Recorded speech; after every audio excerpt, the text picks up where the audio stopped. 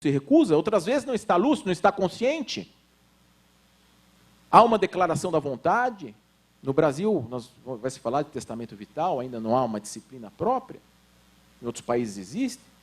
O chamado procurador de saúde, você deixa outorgada uma procuração. Os familiares. E há um conflito. Muitas vezes, num acidente, sem a família, sem ninguém, o consentimento presumido, eu tenho que agir, não tem ninguém para falar não, não tenho certeza. Agora, se vem um familiar, o pai, o parente, se há um documento escrito. E aí, nós temos essas recusas, mas elas se tornam mais dramáticas quando elas afligem outras, que elas têm consequências perante outras pessoas. Por exemplo, uma mulher que recusa uma cesariana, botando em risco não só a vida dela, mas também do feto. E o médico como que se depara nisso?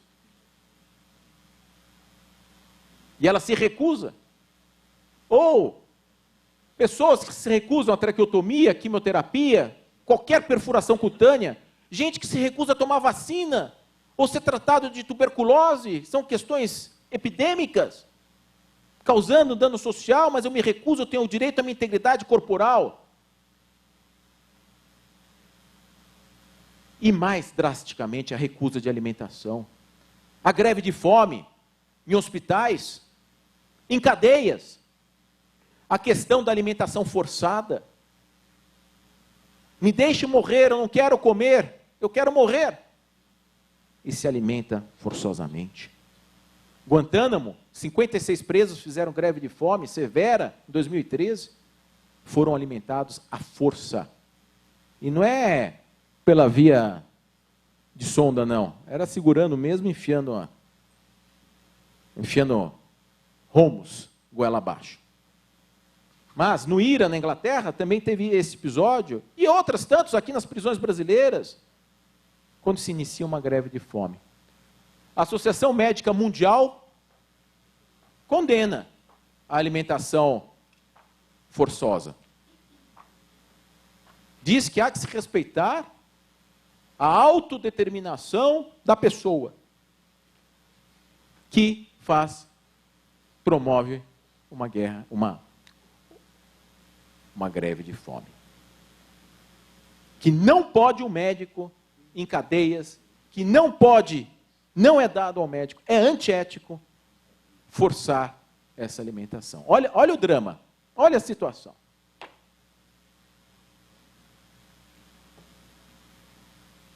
E há outras questões, situações hoje, com o desenvolvimento da tecnologia, da biomedicina, que as pessoas são mantidas vivas de forma artificial por anos.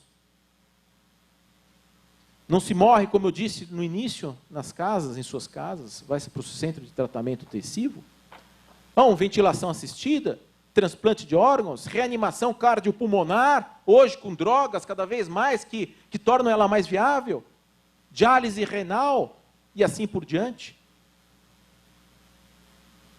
E o conceito da morte?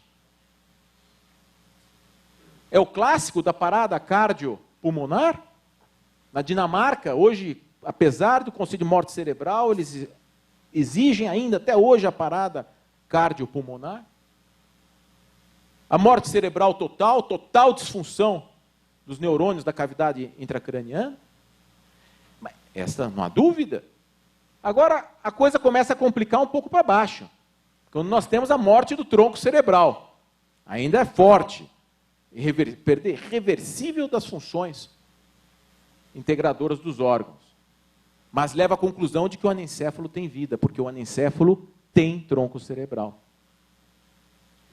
E a mais dramática de todos, que é a morte neocortical, o estado vegetativo persistente. Esse é uma dureza. Por vezes, tudo funciona, cardiovascular, sua, transpira, treme de frio, a questão neuroendócrina, até as pálpebras se mexem. E a pessoa está com morte neocortical, e é difícil saber até que ponto ela é ou não, a extensão desta morte neocortical. Paciente inconsciente por anos, desde que haja cuidado ou seja, hidratação e alimentação. E o cuidado não se confunde com tratamento. Tratar é a medicina, tratar uma doença. Cuidar é dar o conforto, é alimentar, é higiene, é alimentação, é hidratação e assim por diante. E aí, nós nos damos conta da questão do paternalismo médico. O médico, a antiga visão, uma visão do médico como senhor sobre o paciente. O médico que se depara com este mundo novo da autonomia da vontade do paciente. O médico que não é Deus. O médico que tem que saber lidar com a sua frustração de muitas vezes não conseguir salvar aquele paciente. De admitir, perdi para a morte, se é que é uma perda. É isso que você tem que se refletir. Ou, às vezes, acredita que vai reverter. O caso terminal, difícil. Nós temos aqueles métodos Apache, aquela coisa toda. Né? Nós não responde mais nenhuma terapia. E mesmo assim, um doente terminal, em fase final, tem uma parada cardiopulmonar e vai ressuscitar? Então, são as famosas ordens de não reanimação cardiopulmonar. E olha a dificuldade do médico. De certa forma, porque ele defende a vida e, ao mesmo tempo, há um momento que há de saber quando parar. Quando entregar o jogo. É difícil. E hoje, sobretudo, com essa judicialização, vai passar na cabeça, não, mas se eu não tentar ressuscitar, vai um enfermeiro, vai alguém falar que eu podia tentar ressuscitar, não ressuscitei, ainda vão me tocar um processo indenizatório, porque eu não fui até o último recurso. Os familiares estão emocionados com a perda, vem lá o enfermeiro, cochicha na família.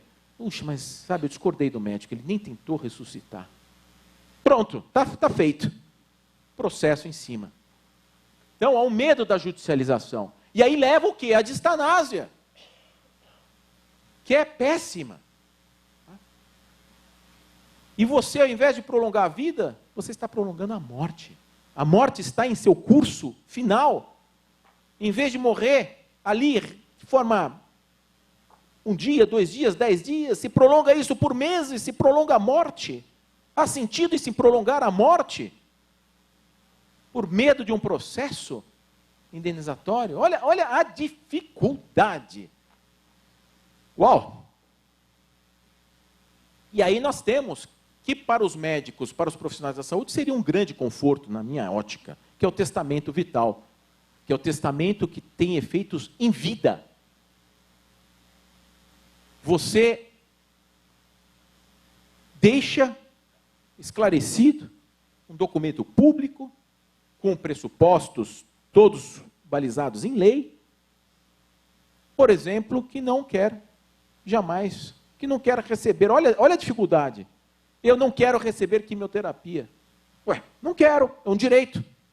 Só que em determinado momento você perde a consciência. Tem que se respeitar.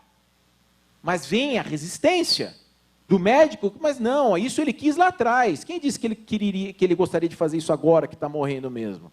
Começa a se relativizar. E aí vem a figura do procurador de saúde.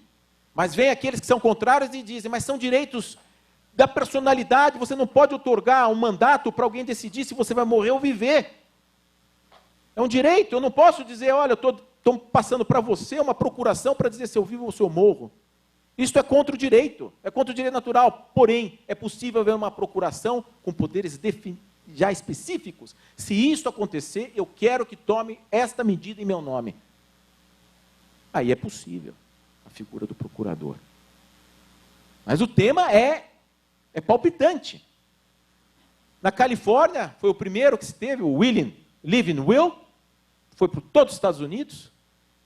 Depois, na Espanha, na década agora de 2000, França, Na França, precisa ser o testamento vital, esse testamento precisa ser renovado de 3 em 3 anos, para garantir que não mudou de ideia. O negócio é complicado, né? Hoje você que existe, está em depressão, tudo, e até esta vontade ao fazer o testamento é muito delicada, porque se você, às vezes as pessoas estão em depressão, tem outras questões deste consentimento prévio, antecipado, de diretriz. E o Conselho da Europa, em 2009, reassenta a necessidade de se ter um testamento vital disciplinado como uma conquista civilizacional de respeito à autonomia da vontade da pessoa. A Associação Portuguesa de Bioética fez uma sugestão de texto. É de arrepiar. Vamos ler junto? Declaro que, se em alguma fase da minha vida o meu médico assistente determinar que eu tenho uma doença grave, incurável ou terminal, e que a utilização de meios de diagnóstico e tratamento apenas serve para prolongar artificialmente o processo de morte, determino que esses procedimentos extraordinários e desproporcionados sejam suspensos, ou, de preferência, que não sejam iniciados, e que seja permitida a evolução natural da minha doença, sendo apenas providenciados os cuidados paliativos necessários para o meu conforto ou para o alívio das dores e sofrimento. E pode especificar ressuscitação, que na verdade reanimação cardiopulmonar e assim por diante. Na ausência de capacidade de minha parte para, de um modo informado e esclarecido, consentir na utilização de meios extraordinários e desproporcionados de tratamento, é minha vontade que essa declaração seja respeitada pela minha família e pela equipe médica, enquanto expressão final de meu direito de recusa a tratamento e de aceitar as consequências dessa decisão. Essa diretiva antecipada de vontade deve continuar a produzir efeito, apesar do meu estado de incapacidade. Ao assinar abaixo, indico que estou emocional e mentalmente competente para efetuar essa diretiva antecipada de vontade e que entenda o objetivo, o alcance e as consequências desse documento. Esse é o autor português, conhecidíssimo, Rui Nunes, que defende o testamento vital, a aprovação da lei em Portugal. E aí, nós chegamos, e já terminando, que eu já falei muito, à questão da ortotanásia. Essa é mais tranquila. Não é? Já se está num processo iminente de morte, irreversível, e a pessoa está sendo mantida artificialmente, e chega um momento que se cessa essa manutenção artificial da vida. Puxa, é forte, se desliga lá o respirador. Uau! Complicado. É complicado também. E, de forma, eu acredito, muito democrática e acertada, o Conselho Federal de Medicina do Brasil foi um dos pioneiros aqui, na América, em baixar a resolução sobre a ortotanásia, que é a 1805 de 2006. E eu acho que está perfeita. É permitido ao médico limitar ou suspender procedimentos e tratamentos que prolonguem a vida do doente em fase terminal, de enfermidade grave e incurável, respeitada a vontade da pessoa ou de seu representante legal. O médico tem a obrigação de esclarecer ao doente, seu representante legal, as modalidades terapêuticas adequadas para cada situação. A decisão referida no caput deve ser fundamentada e registrada em prontuário. É assegurado ao doente, seu representante legal, o direito de solicitar uma segunda opinião médica. O doente continuará a receber todos os cuidados paliativos, cuidados necessários para aliviar os sintomas que levam ao sofrimento, assegurada assistência integral, conforto físico, etc. e tal. Ou seja, é evidente que uma resolução não está acima da lei. E aí nós nos deparamos com o quê? Com o Código Penal. Com o crime de homicídio. Com a omissão de socorro. Como que fica? Eu, no meu código, escrevi, eu entendo que não há questão de se falar em homicídio, que a morte já é inexorável, a morte já não dá para matar o matado. A morte já é inexorável, simplesmente não se prolongou a morte. Este é o raciocínio, não se matou ninguém, diferentemente da eutanásia. A eutanásia é matar, aqui não é matar. Aqui a questão é a antidistanásia, é o artificialismo de se lutar contra o inexorável. e se prolongar o sofrimento violador da dignidade daquela pessoa. Também não há omissão de socorro qualificado pela morte. Você não está deixando de socorrer. A pessoa já está morrendo e já está em fase terminal, inexorável de morte. Não é socorro. Porque a morte está ali. A linha é tênue.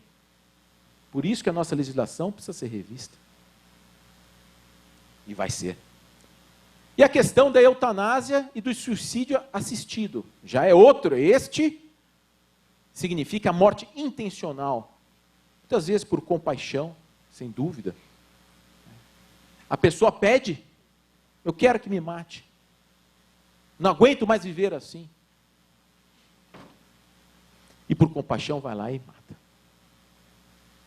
E aí, aqui, pode não estar em estado terminal, ter mais de 3 a 6 meses de vida, mas a pessoa pode estar tetraplégica, pode estar em depressão, pode estar tudo o que for. A pessoa chega, não quero viver assim, já completei o meu projeto de vida, essa vida que está aqui, eu não quero, eu quero morrer. Só que eu não tenho como exigir que as outras pessoas me matem. Porque quem está do outro lado, você quer, mas se você quiser morrer, você morre sozinho. Eu não vou fazer isso. Você não pode obrigar o Estado. Essa é a dificuldade. E a questão terrível, né? As duas modalidades, quais seriam? Uma sedação, que leva à inconsciência e leva à parada cardiorrespiratória, que é um tanto comum. A sedação. Vai sedando, sedando, sedando, sedando, vai para a inconsciência, e aí tem a parada. E, na França, a morte doce, e a suspensão da alimentação artificial. Porque se ao médico é proibido, segundo, estamos lá no juramento da medicina, de injetar substância letal no paciente, a opção foi suspender, num caso concreto, a alimentação artificial. E eu vou já mencionar qual é o caso. Então, na França, embora a eutanásia não esteja legalizada, em 93 votou uma lei que reconhece o título excepcional, a chamada morte doce. No Canadá, olha a loucura, gente. No Canadá, a pessoa com síndrome lateral amiotrófica entrou na justiça, na Suprema Corte, para que julgasse inconstitucional o crime de auxílio ao suicídio, dizendo: eu tenho liberdade para dispor da minha vida e eu preciso de auxílio, porque eu estou imobilizado, eu não consigo me mexer, eu quero me matar e não consigo, e ninguém vai me ajudar, porque é crime o auxílio ao suicídio, eu quero morrer e não consigo me matar, como eu faço, Estado? E negou-se. Ele não teve o direito de se matar pelas mãos de terceiros.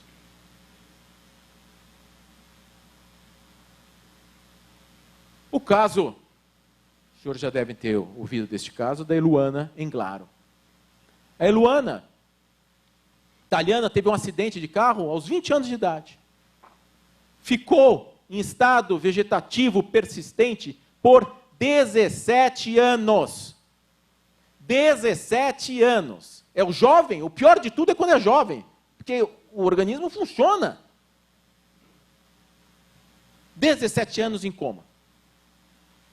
E o pai, coitado desse pai, tinha ouvido ela falar, antes, num caso semelhante: pai, pelo amor de Deus, olha que horror, eu jamais gostaria de ficar assim. Aliás, eu também não. Já deixo o público aqui, se um dia eu ficar em estado permanente de total debilidade, pelo amor de Deus, mas ceda na hora, pode cedar. Mas quem vai fazer? Não vai fazer. É muito complicado. Se eu ficar em estado vegetativo, acabando com a minha família, anos, eu quero que me cedem. Não quero viver assim. Está dada a declaração pública. Vamos bater na madeira, né, gente?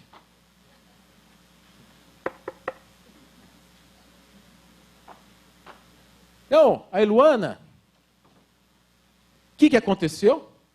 O pai foi à justiça e conseguiu na justiça italiana o direito, não de sedar, mas de suspender a alimentação dela. Pelo menos não houve uma, digamos assim, simplesmente se retirou uma alimentação artificial e a morte seguiu seu rumo normal, porque se não fosse alimentação artificial, ela teria morrido há muito tempo. Ou seja, não se interferiu no curso da morte. Então é mais uma ortotanásia do que uma eutanásia esse caso, mas foi classificado como eutanásia. E aí na última hora, imagine o primeiro-ministro Silvio Berlusconi, aquele fanfarrão, fez lá no Congresso populista, aprovou um decreto proibindo a suspensão de alimentação em todos os doentes terminais na Itália, para evitar que a decisão judicial fosse implementada. E aí, na época, o presidente, o Giorgio Napolitano, não assinou o decreto do parlamento. Retirou-se a sonda, em 3 dias ela morreu. Ela se foi. Depois de 17 anos. E fora, bradavam, assassinos, assassinos. Eu nunca vi tamanha compaixão pela vida do próximo nesses estados, né? Porque quando mata bandido, tudo é. Agora eram assassinos. Mas é o medo da morte, é o medo de se colocar no lugar, né? O altruísmo, né? De nós, a alteridade de nós nos projetarmos no próximo. E aí, esse texto é bastante perturbador também. Essa palestra é dose, viu? Mas vamos lá. Um texto bastante perturbador, de um grande autor, eu gosto muito dele, o Guglielmo Ferreiro. E ele, nesta obra, As Duas Verdades, a Revolta da Alma, Sangue, Suor e Libertação, olha o título. Uau! Os idos de 1898. Olha como ele descreve a angústia. Eu imagino que essa moça, coitada, a Eluana, estivesse vivenciando exatamente o que descreve Guglielmo Ferreiro nessa sua novela. O homem é visto como uma espécie de prisioneiro e a vida humana de prisão. Das pequenas janelas da prisão, ele vê o horizonte ilimitado, mas sabe que para além há um vasto, um infinito mundo, o seu mundo, o mundo do qual ele foi exilado e ao qual ele deseja retornar, conhecer, Roberto, mas não pode. Mais 5 minutos. Tá, perfeito, é o suficiente. Ele cria para ele mesmo problemas. O tormento do homem é, portanto, o típico tormento de um prisioneiro. Ele cria para ele mesmo problemas que não consegue resolver. Ele aspira por uma justiça que não é desse mundo. Nós aspiramos por uma justiça que não é desse mundo. Ele busca uma perfeição que lhe escapa à memória, mas que lhe causa nostalgia. A tragédia é que ele está condenado por toda a sua vida a essa prisão. E só poderá dela sair como um cadáver. Uau! Imagine essa moça. A vida se tornou uma prisão. É um horror, gente. E ela não tem o direito a uma autodeterminação. Então, há países que admitem a eutanásia, inclusive a Holanda, desde 1994, a Suíça, frequentemente. Estados Unidos, estado do Oregon, estado em Washington também tem. E o Código Penal brasileiro proíbe. Nós temos lá o homicídio. Talvez um homicídio privilegiado por um relevante valor social ou moral. Mas é crime no Brasil. Há o projeto de Código Penal em andamento, que trata exatamente da eutanásia, como eu ensino, mas matar alguém a seu pedido para abreviar-lhe o sofrimento físico insuportável em razão de doença grave, pena de 2 a 4 anos. O juiz deixará de aplicar a pena, avaliando as circunstâncias do caso, bem como a relação de parentesco ou estreitos laços de afeição do agente com a vítima. Mas aqui é doente terminal, tá? Comeu aqui a coisa, mas o texto diz: tirar a vida de doente terminal, e ali o texto, a expressão doente terminal é complicada, a seu pedido, por compaixão, etc. tal, pena. O crime de eutanásia. E aí, mas criaram essa exclusão de ilicitude. Não há crime quando a gente deixa de fazer o uso de meios artificiais para manter a vida do paciente, em caso de doença grave e irreversível, e desde que essa circunstância esteja previamente atestada por 2 médicos e haja consentimento do paciente, ou na sua impossibilidade de ascendente, descendente, cônjuge, companheiro, etc. Então, está aqui a saída. Está aqui no Código Penal, no projeto de Código Penal. E o médico? Como fica o médico nessa circunstância, lembrando o juramento de Hipócrates, né? Na sua versão original. Mesmo estado, não darei droga mortífera, nem aconselharei. Também não darei pessário abortivo às mulheres. E a versão atual, aplicarei os regimes para o bem do doente, segundo o meu poder e entendimento, nunca para causar dano mal a alguém. A ninguém darei, por comprazer, nem remédio mortal, nem um conselho que induza a perda. Do mesmo modo, não darei a nenhuma mulher uma substância abortiva. Então, ao juramento médico. E aí é este conflito da sedação, o conflito. Enfim, termino aqui essa perturbadora reflexão com os senhores. Somando a tudo isso, que a arte da medicina, dos profissionais de saúde, cada vez mais nas faculdades de medicina, na minha ótica, devem abordar o tema morte. A morte não como um inimigo, a morte não como algo, a antítese da medicina, a morte não como antítese da vida, mas é parte da vida. Talvez a mais democrática de todas as nossas certezas. É isso, muito obrigado.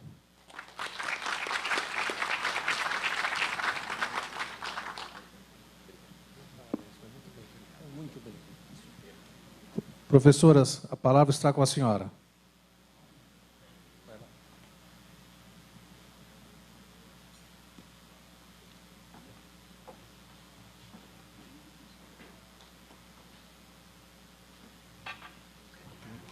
Ele entregou o passadorzinho? Passador. Deixa eu pegar. Ah, não peguei.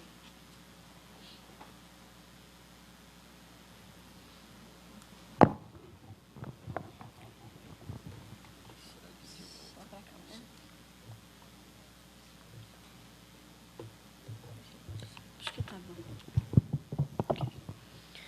Boa tarde a todos. Em primeiro lugar, eu gostaria de agradecer o convite que me foi formulado pelo professor de aulas.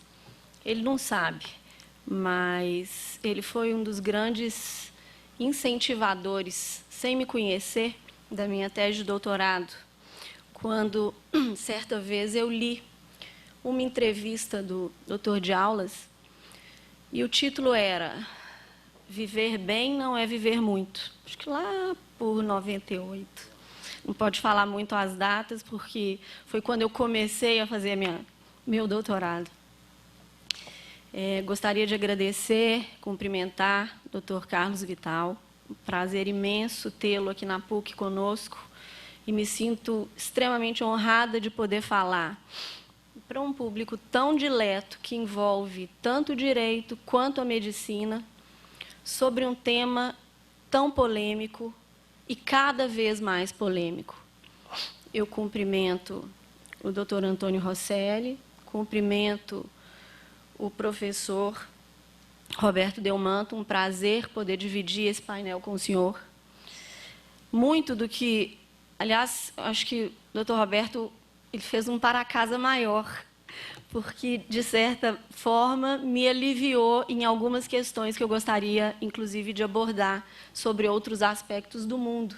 Isso vai me facilitar um pouco o tema, que vai fazer com que eu também possa me fixar em um determinado caso, alguma coisa mais específica.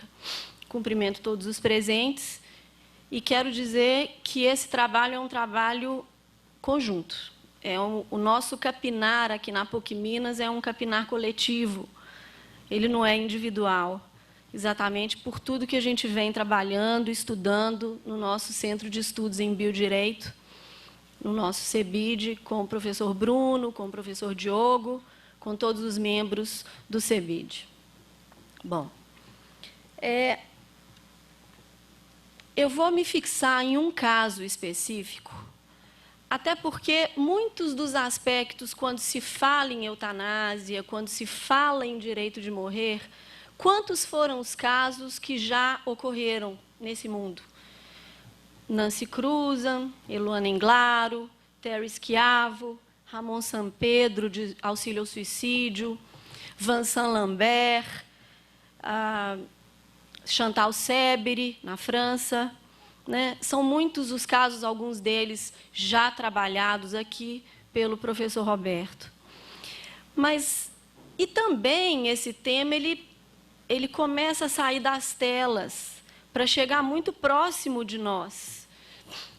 Nós temos filmes e filmes sobre os assuntos, por exemplo, Uma Primavera com Minha Mãe, Amour, A Bela que Dorme, que é exatamente esse caso da Eluana Englaro, de pano de fundo, relatado pelo Dr. Roberto. Mar Adentro, um dos grandes filmes sobre o auxílio ao suicídio. Só que isso, aparentemente, ficava no plano da ficção. Será que a vida imita a arte imita a vida?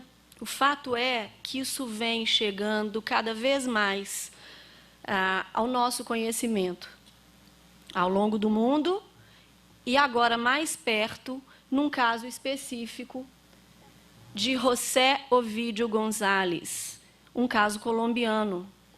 Esse senhor, em 2015, ele veio a falecer por uma eutanásia ativa direta. Foi o primeiro caso de eutanásia ativa direta na América do Sul que nós temos, que nós sabemos existir. Ele chama atenção, esse caso, porque ele ultrapassa a questão de uma vida vegetativa ou de uma possibilidade de induzir uma pessoa a um estado de coma para que ela pudesse vir a morrer. Aliás, a Lei Leonetti, francesa. Para que uma pessoa pudesse ir andando, determinar o dia da sua morte e vir a falecer. Antes de tudo, uma ressalva. Aqui, a ideia não é defender um lado, não é levantar bandeira para qualquer coisa ou para uma eutanásia ativa, direta, nesse sentido. O fato é que nós precisamos discutir. E o cenário é propício. Nós estamos diante de pessoas que trabalham com direito e pessoas que vivem toda essa realidade, muitas vezes, nos hospitais. E, quiçá, pessoas que vivem isso nas próprias casas, porque é uma realidade que chega a todos os lares, né? Principalmente quando a gente vê que pessoas vivem mais, que as doenças degenerativas chegam e que as pessoas passam, muitas vezes, a vegetar. Bom, José Ovidio, ele foi, então, essa primeira pessoa na América Latina a receber essa prática, a ser um sujeito passivo da prática de eutanásia ativa.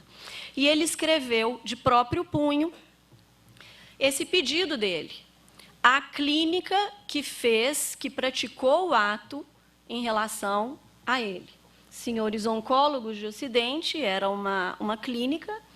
Eu, José Ovidio, 79 anos de idade, em pleno uso das minhas faculdades mentais, livre e voluntariamente, solicito, né, a morte em razão de um estado de dores frequentes e etc. e tal, convicção livre e absoluta, gravidade do meu caso, e eu tenho um direito fundamental a morrer, um direito a morrer dignamente. Bom, o que eu fiz aqui? Como o nosso tempo é pequeno, eu comecei a elencar nos slides os aspectos principais da morte de José Ovidio. Ele sofria de um câncer de boca, diagnosticado em 2010. Muitas foram as sessões de quimioterapia, radioterapia, o problema evoluiu, perdeu parte do osso, perdeu quilos, dores intensas, dificuldade na fala, enfim, um basta. Ele solicitou, então, a eutanásia ativa. Como ele fez isso? Bom, Aqui também ainda o caso, tá? Só para a gente poder chegar a saber que houve uma solução e que José Ovídio conseguiu morrer. Depois de uma avaliação de uma junta multidisciplinar, foi marcada a data e ele veio a falecer. Bom, tudo começou com 2 sentenças da Corte Constitucional Colombiana. A primeira sentença foi de 1997, que, na verdade, é uma sentença que chama muito a atenção. Ele se embasou em uma outra sentença, mas essa outra sentença que nós vamos falar, ela reforçou todos os argumentos dessa primeira sentença. Bom, essa sentença C-239 de 1997, ela se deu em razão de uma ação de inconstitucionalidade contra um artigo do Código Penal, o artigo 326 do Código Penal colombiano, que falava do homicídio privilegiado, lá eles chamam homicídio piedoso. Aquele que matar o outro por piedade, para pôr fim a intensos sofrimentos, proveniente de lesão corporal, enfermidade grave e incurável, incorrerá em prisão de 6 meses a 3 anos. Só que o pedido é, como nosso, o mesmo tempo, então, de pena. Só que o curioso dessa ação de inconstitucionalidade não foi para retirar este artigo, tirá-lo. Aí nós temos um penalista aqui e eu acabo incorrendo em sérios erros formais aqui, mas aí o doutor Roberto que me corrija. Mas a ideia desse artigo foi exatamente, o pedido da inconstitucionalidade foi para fazer com que esse artigo na verdade, houve um pedido de declaração de não execuibilidade desse artigo 326. Eles queriam, pela ação, que esse artigo, né, fosse considerado, esse caso fosse considerado como um homicídio simples. Quer dizer, então, é matar alguém mesmo, não pode ser classificado como um homicídio piedoso, um homicídio privilegiado, e ele vai ser classificado como um homicídio simples. Esse foi o pedido da Corte Constitucional, aliás, o pedido da ação de inconstitucionalidade.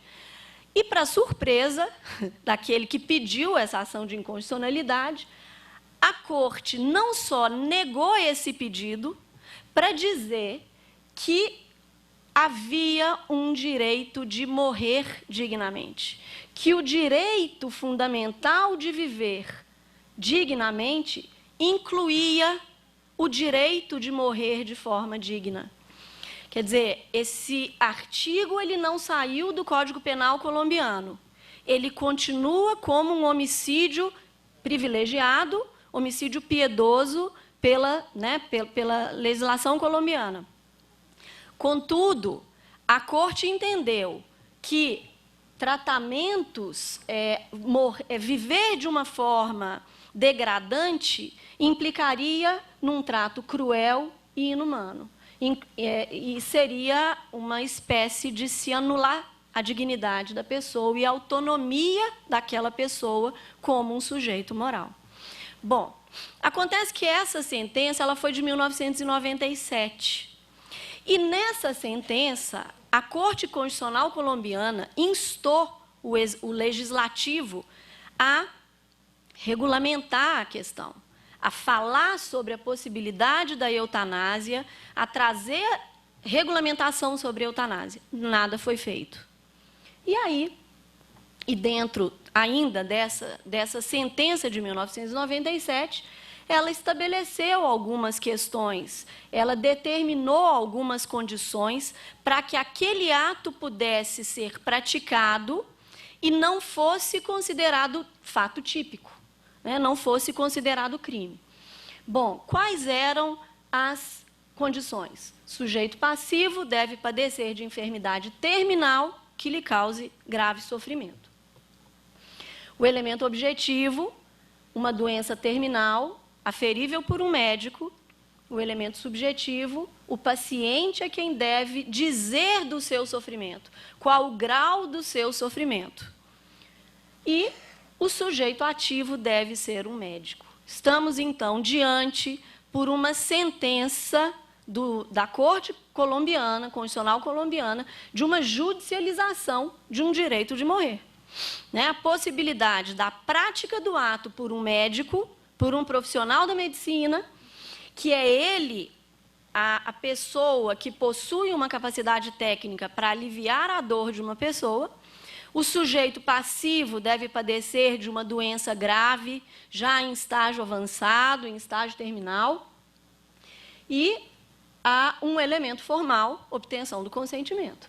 Né? Obtenção do consentimento livre, esclarecido, enfim. E todos esses argumentos aqui foram reforçados pela sentença de 2014. Bom, qual foi a sentença de 2014?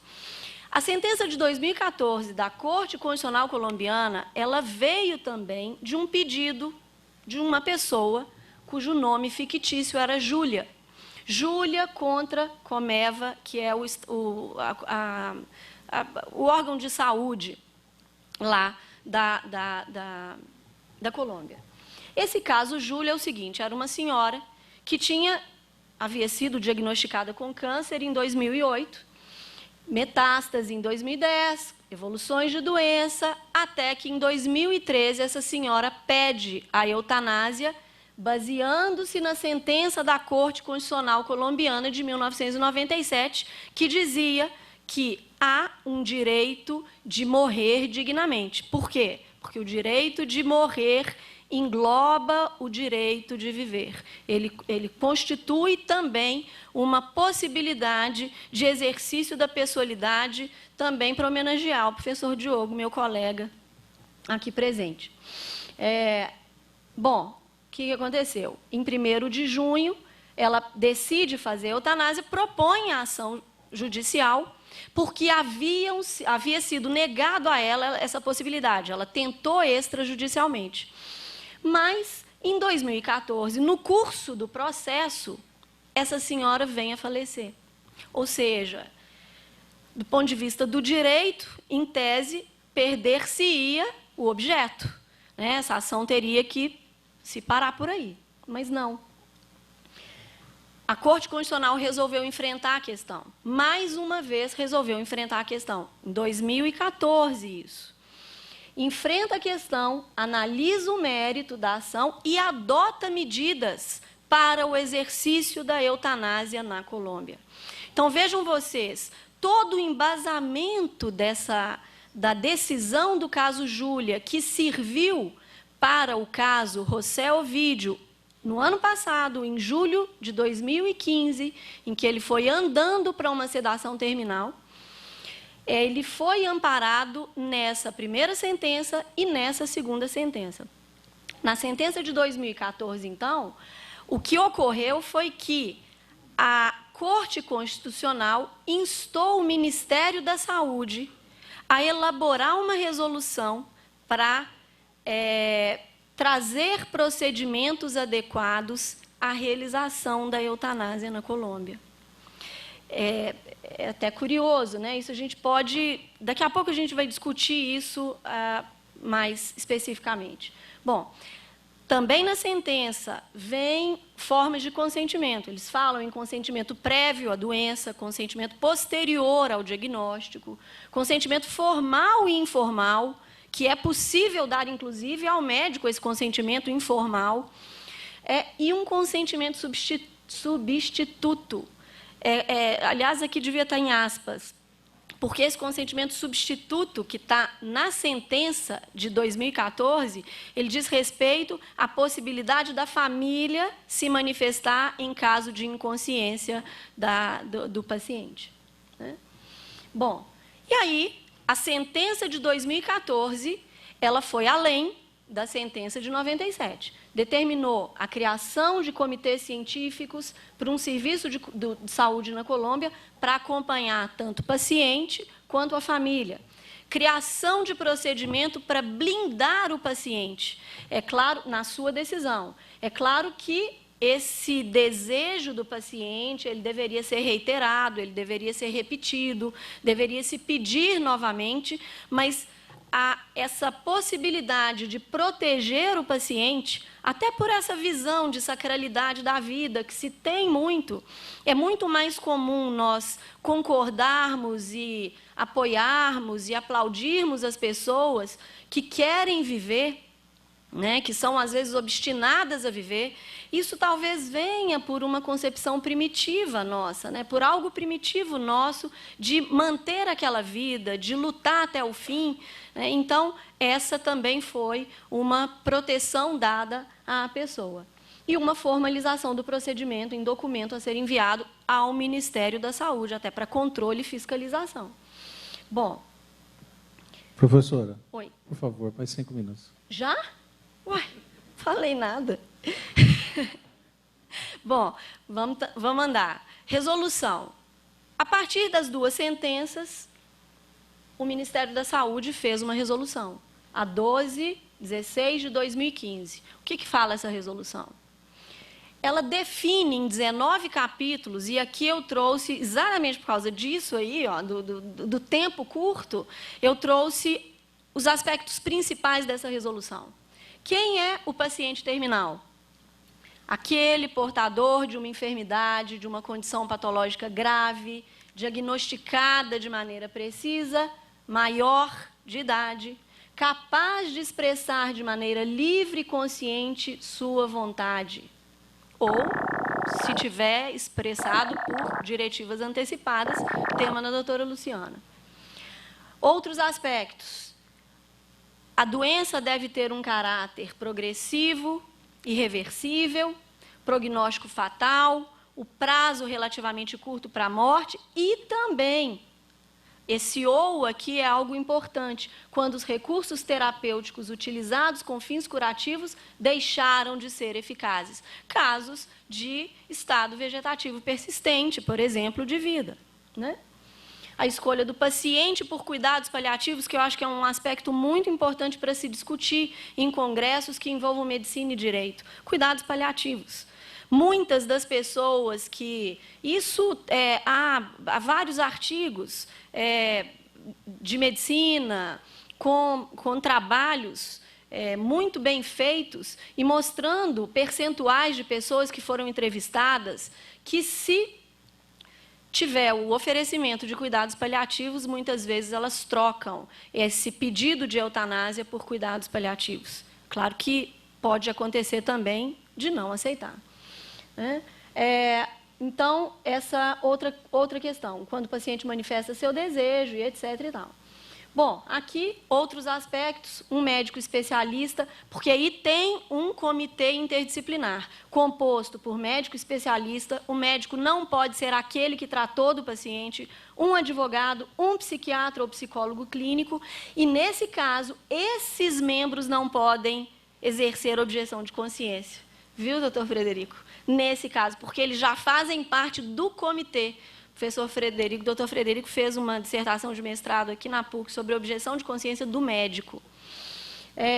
E aí nós estamos diante de quê? Da judicialização do direito de morrer, da inexistência de uma legislação que autorize a eutanásia e o suicídio assistido, que é exatamente o caso da Colômbia, e ainda assim uma resolução administrativa que mantém a possibilidade das pessoas morrerem por eutanásia ativa. É extremamente curioso. Se nós tivéssemos com uma professora constitucionalista, coordenadora do curso de Direito daqui, ela iria falar. São os desafios da democracia. Quando um poder, a professora Wilba, quando um poder ele é inoperante, outro poder se arvora, né, no exercício de determinados direitos. Bom, e aqui, para homenagear também o nosso grupo de pesquisa, né, se a morte figurar como uma possibilidade do processo de construção da pessoalidade, ela deve ser levada em consideração. Só para terminar, eu sei que meu tempo já está curto, mas eu gostaria de colocar, mesmo que fosse por um debate, além da questão da Colômbia, que é a questão da judicialização do direito de morrer, o que ocorre na Bélgica, especificamente em relação a questões de natureza psíquica. Ontem o professor Bruno levantou aqui as questões sobre o Estatuto da Pessoa com Deficiência, e isso chama realmente muita atenção, porque a lei belga, além de dizer da possibilidade da eutanásia, ou a lei da eutanásia, ela engloba tanto o auxílio ao suicídio quanto a eutanásia ativa. Mas a lei belga fala de problemas físicos e psíquicos. E aí entra toda aquela discussão sobre discernimento. Será que existe discernimento? Não existe discernimento? As pessoas com problemas psíquicos, para os psiquiatras, né, que trabalham com essas questões, existe aí uma possibilidade enfim, de manter uma pessoa bem, sem maiores dores, sem maiores problemas, né? Ou se realmente esses problemas psíquicos, eles levariam uma pessoa a pedir a eutanásia mesmo. Bom, são muitos os aspectos, eu trouxe só alguns casos aqui. Belga morre por eutanásia após cirurgia de mudança de sexo, isso aqui é desse ano, não, esse é de 2013, né? Mas esse é novo, esse é o Sebastião. Belga pede autorização para eutanásia por não aceitar a própria sexualidade. Holanda autoriza eutanásia para jovem vítima de abuso sexual. Essa menina que vai morrer agora, em agosto, adolescente americana com doença crônica, decide pelo desligamento dos aparelhos que a mantém viva. Agora, em agosto, foi feita uma última festa para ela e a mãe disse que ela já lutou demais e que ela tem discernimento para tomada de decisão. Italiana causa comoção ao realizar eutanásia na Suíça, que leva também toda a discussão sobre o problema do turismo da morte. O Meu Direito de Morrer, aquela moça bonita de 29 anos, que veio a falecer, que teve também possibilidade de cuidados paliativos, né? Mas que depois ela, mesmo assim, ela disse que as dores eram intensas e que gostaria de morrer. E, enfim, meu agradecimento. O tempo é curto. Obrigada.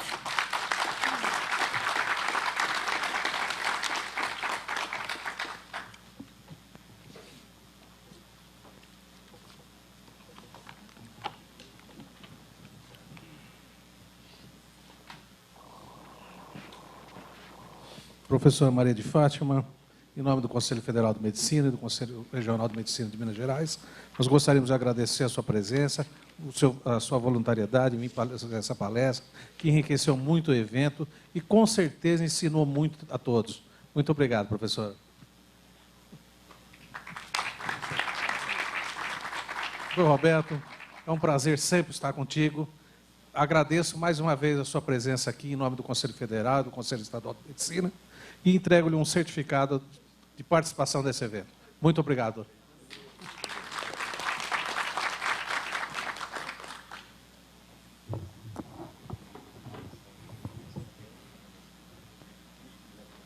Muito bem, agradecemos o presidente do dispositivo e vamos de imediato convidar a doutora Rosilane Nascimento das Mercês Rocha, conselheira federal do CFM, na qualidade de presidente, e convido também o doutor de Aulas da Costa Ribeiro, desembargador do Tribunal de Justiça do Distrito Federal e membro da Comissão de Direito do CFM, na qualidade de moderador, para a condução dos trabalhos do painel Diretivas Antecipadas, efetivação para o paciente com segurança jurídica para o médico. É possível?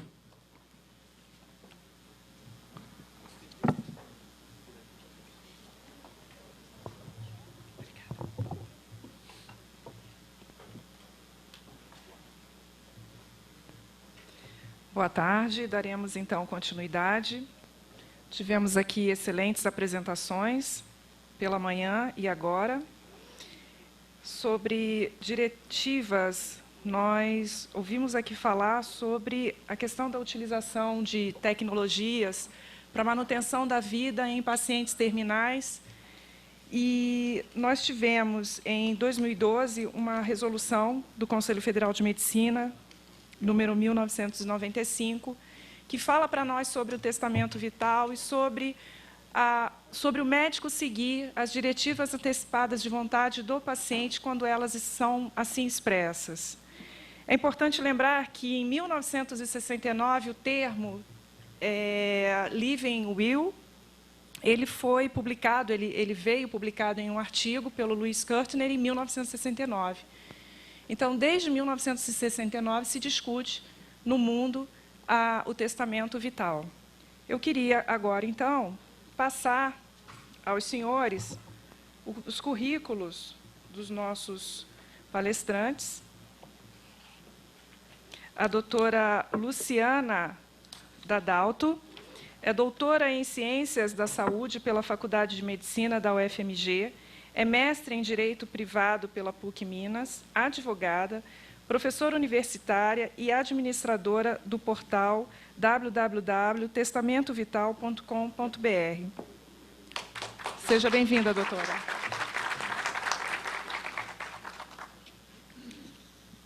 O doutor de Aulas já foi muito bem apresentado, desembargador, que será o nosso moderador.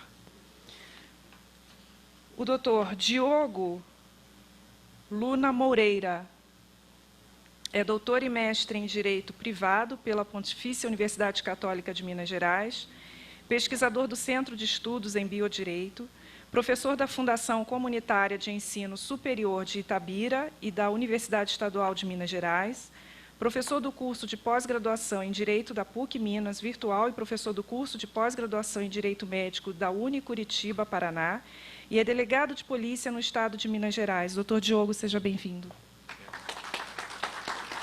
Eu vou pedir licença para ser rigorosa no tempo, para que possamos aproveitar mais dos debates com a presença dos nossos ilustres palestrantes e moderador.